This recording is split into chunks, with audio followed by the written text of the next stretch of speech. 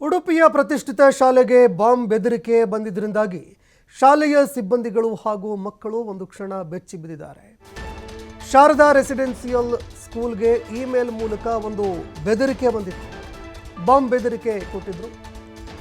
ಹೀಗಾಗಿ ಸ್ಥಳಕ್ಕೆ ಬಾಂಬ್ ನಿಷ್ಕ್ರಿಯ ದಳ ಕೂಡ ಆಗಮಿಸಿ ಬಂದಿದೆ. ಸ್ಥಳಕ್ಕೆ ಮಂಗಳೂರಿನಿಂದ ಬಾಂಬ್ ನಿಷ್ಕ್ರಿಯ ದಳ ಆಗಮಿಸಿದೆ. ಶಾಲೆಯ ಕೊಠಡಿ ಹಾಸ್ಟೆಲ್ನಲ್ಲಿ ಬಾಂಬ್ ಸ್ಕ್ವಾಡ್ನಿಂದ ಪರಿಶೀಲನೆ ಮುಂದುವರಿತಾ ಇದೆ.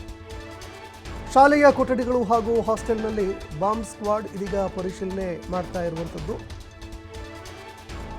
ಇಮೇಲ್ ಮೂಲಕ ಈ ಸ್ಕೂಲ್ಗೆ ಬಾಂಬ್ ಬೆದರಿಕೆ ಕೊಡಲಾಗಿತ್ತು. ಹೀಗಾಗಿ ಸ್ಥಳಕ್ಕೆ ಬಾಂಬ್ ಸ್ಕ್ವಾಡ್ ಆಗಮಿಸಿದೆ.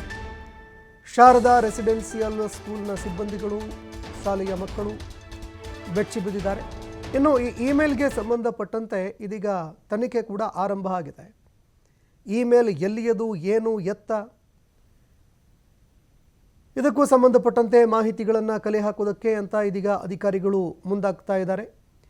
ಈ ನಡುವೆ ಆ ಸ್ಕೂಲ್ಗೆ ಬಾಂಬ್ ಬೆದರಿಕೆ ಬಂದಿದ್ದರಿಂದಾಗಿ ಆ ಸ್ಥಳಕ್ಕೆ ಬಾಂಬ್ ಸ್ಕ್ವಾಡ್ ಕೂಡ ದೌಡಾಯಿಸಿ ಬಂತು. ಇಡೀ ಶಾಲೆಯ ಆವರಣ ಹಾಗೂ ಶಾಲೆಯ ಒಳಗೆ ಎಲ್ಲ ಕಡೆಗಳಲ್ಲೂ ಕೂಡ ಬಾಂಬ್ ಪತ್ತೆಗಾಗಿ ಶೋಧ ಕಾರ್ಯ ಕೂಡ ಮಾಡಿದರು. ಇನ್ನು ಶೋಧ ಕಾರ್ಯ ಮುಂದುವರಿತಾ ಇದೆ. ಡಾಗ್ ಸ್ಕ್ವಾಡ್, ಅದೇ ರೀತಿಯಾಗಿ ಬಾಂಬ್ ನಿಷ್ಕ್ರಿಯ ದಳ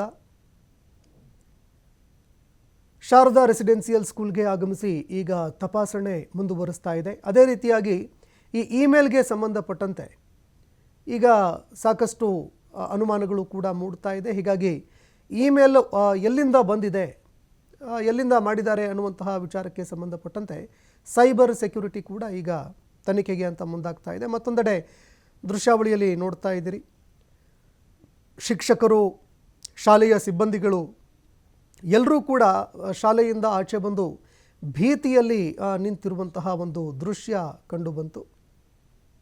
ಹೀಗಾಗಿ ಇದಕ್ಕೆ ಸಂಬಂಧಪಟ್ಟಂತೆ ಈಗ ತನಿಖೆ ಕೂಡ ಮುಂದುವರಿತಾ ಇದೆ. ಇದೇನು ಕೇವಲ ಒಂದು ಪ್ರ್ಯಾಂಕ್ ಆಗಿರುವಂತಹ ಬಾಂಬ್ ಬೆದರಿಕೆನ ಅಥವಾ ನಿಜವಾಗ್ಲೂ ಬಾಂಬ್ ಬೆದರಿಕೆ ನೀಡಲಾಗಿತ್ತಾ? ಇದಕ್ಕೆ ಸಂಬಂಧಪಟ್ಟಂತೆ ತನಿಖೆ ಮುಂದುವರಿತಾ ಇದೆ.